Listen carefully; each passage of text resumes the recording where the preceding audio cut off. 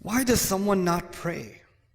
I'm not talking about you, my dear son or my daughter. I'm not talking about you, but just let's ask the question, why does someone not pray? Well, there could be lots of answers, but Allah has His own answer to that question. It's a pretty scary answer. It's an answer I read in the beginning of this khutbah. He said, فَلَا صَدَّقَ وَلَا صَلَّى وَلَكِنْ كَذَّبَ وَتَوَلَّى.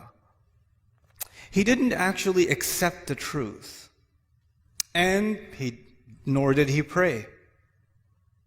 Allah says, He was talking about disbelievers, and He said two things. They didn't accept it. This person doesn't accept the truth, and he doesn't pray. Interesting. So, if he didn't accept the truth, I would expect him to say, لا صدق ولا آمن. Right? But he says, لا صلى.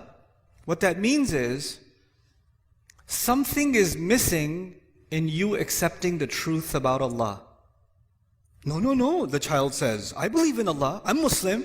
Yeah, you're Muslim here, you're Muslim in your head, but this truth isn't just for your head, this truth is also for your heart. Something is, you're not feeling how true this is yet. You're not feeling how serious this is yet. You don't realize what it is. Sometimes you know something, but you don't think about it. It's true. You know something, you don't think about it. And so, because that's missing, that's why it becomes easy for me to miss prayer sometimes and you to miss prayer sometimes. That will happen because our heart becomes a little distracted. And that truth of this deen, the truth of who Allah is, that truth goes in a shelf in the back of our mind and we get distracted and don't think about it. That's what Allah is saying. So, Allah doesn't need you to pray.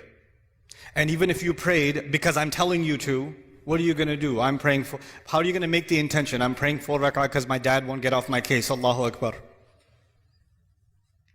Allah even told us, the Prophet told us, actions have no value unless they have the right intentions. إِنَّمَا الْأَعْمَالُ بِالنِّيَّاتِ. Actions have no, so even if you did this action, but your intention was, I'm annoying, that's your intention, then it benefits me in no way and it will benefit you in no way. The only one that can benefit from your actual sincere prayer is you. Now, okay, fine. That's the answer to the question, why would someone not pray? 2 more things to talk to you about. One of them is, what's the purpose of praying? Like, what's the point? Because you might think the purpose of praying is so you don't burn in hell. The purpose of prayer is because if you don't pray, Allah is going to hate you. The purpose of prayer is if you don't pray, you're just going to get punished. Or you won't even be a Muslim anymore. The angels will curse you and all this negative stuff. Allah didn't mention those purposes. The purpose of prayer is not to get away from something negative. The purpose of prayer is to run towards something positive. That's the purpose of prayer. Do you know the difference between the student who's studying so they don't fail and the student who's studying because they love the subject? One student is studying because of something positive. The other student is studying because they're trying to escape something negative. An employee who loves their work and an employee who just doesn't want to get fired. They're doing the same exact job, but one of them is so happy, so filled with joy, and one of them is so depressed and so miserable. Why? Because one of them is doing this to escape something negative, and the other one is doing it to go towards something positive. Allah in the Quran, when He told me about the prayer and why we should pray, what's the point of the prayer? He said, He told Musa alayhi salam this when he met him. He said, أَقِمِ الصَّلَاةَ لِذِكْرِ. Is make sure you maintain the prayer so that you can remember me. Maintain the prayer so you can remember me. I told you already, my relationship with you is very limited. But your relationship with Allah started a long time before you even came in this world. And your relationship will continue with Him a long time after you even leave this world. And that relationship is worth remembering because every good thing that comes to you comes from that relationship. Some good things come because I'm your dad. Some good things, but all the good things that come to you only come to you because of that relationship. So if you want all the positive things to stay in your life, you must remember where all of the khair comes from. all of the ni'mah comes from, all of the rizq comes from, all of the guidance comes from. So Allah says the best way you can remember that is that you remember Allah by prayer. The best way to remember Allah is the prayer. أَقِمِ الصَّلَاةَ لِذِكْرِ. That's why you should pray. And finally, okay, that's why you should do it. But just because you're doing it for the right reasons, that's not Allah. Allah says that's not enough. There's some benefits too. There's some good things will come your way when you truly remember Allah. When you truly remember Allah the way He wants you to. And the way He wants you to is these prayers. If you can do this, Allah says, إِنَّ الصَّلَاةَ تَنْهَى عَنِ الْفَحْشَاءِ وَالْمُنْكَرِ. And even in this ayah, وَلَذِكْرُ اللَّهِ أَكْبَرُ. He says prayer has the benefit of stopping you from falling into things that are indecent. Because indecency is all around you, and I, son, cannot stop you from being exposed to it. Indecency is on your device, indecency is at your school, indecency is among your friends, indecency is at an Eid party when you're going to a corner talking to your friends. Indecency will be everywhere. And every time you go towards indecency, your heart will get damaged.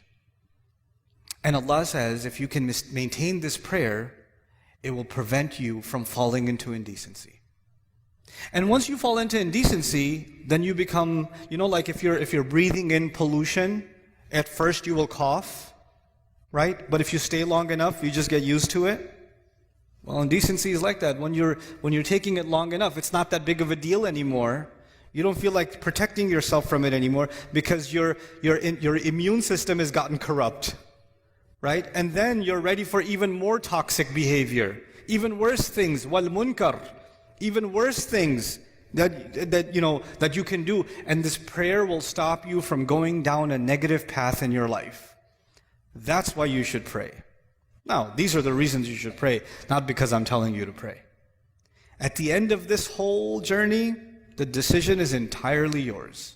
Because Allah might take me tomorrow. Allah might take me a year from now. And that relationship you and I have, even if we lived 100 years, we can't live longer than that. There's a time where this is going to end. But that relationship, if you really want to respect and honor that relationship, pray. That would be my advice to you. So, this is just a small reminder and I'll come back to the parents now, a small reminder for myself and for all of us parents, that the children we've been given to us so we can control them. The more we try to control them, the more frustrated we become anyway. And the more, I have seen this, especially in families that wanted to preserve the deen of their children, the more they tried to push the religion on their children with control, the more those children rebelled in the strangest ways. In the strangest ways. Because the thing that Allah wants to give, the opportunity you have with your children is not to make them surrender to your instructions. The opportunity you have with them is to make them think about things that only you can make them think about. Make them love things only you can make them love. Your kid loves basketball because he sees you play basketball. He loves the PlayStation because he sees dad play the PlayStation. You can put a love in your child because of how you are. You can do that. And when you tell your kid, do your homework, your kid is not going to be 40 years old and say, I love homework. But your kid could be 40 years old and say, I love basketball. My dad used to play all the time, loved it. What you love gets transferred over. What you instruct gets rejected. That's your reality. Forget your children. That's your own reality. Some of the things you love about your dad are the things that were passed down by love. And some of the things you hate about your dad are the things that he tried to shove down your throat. That's the reality of everyone sitting here.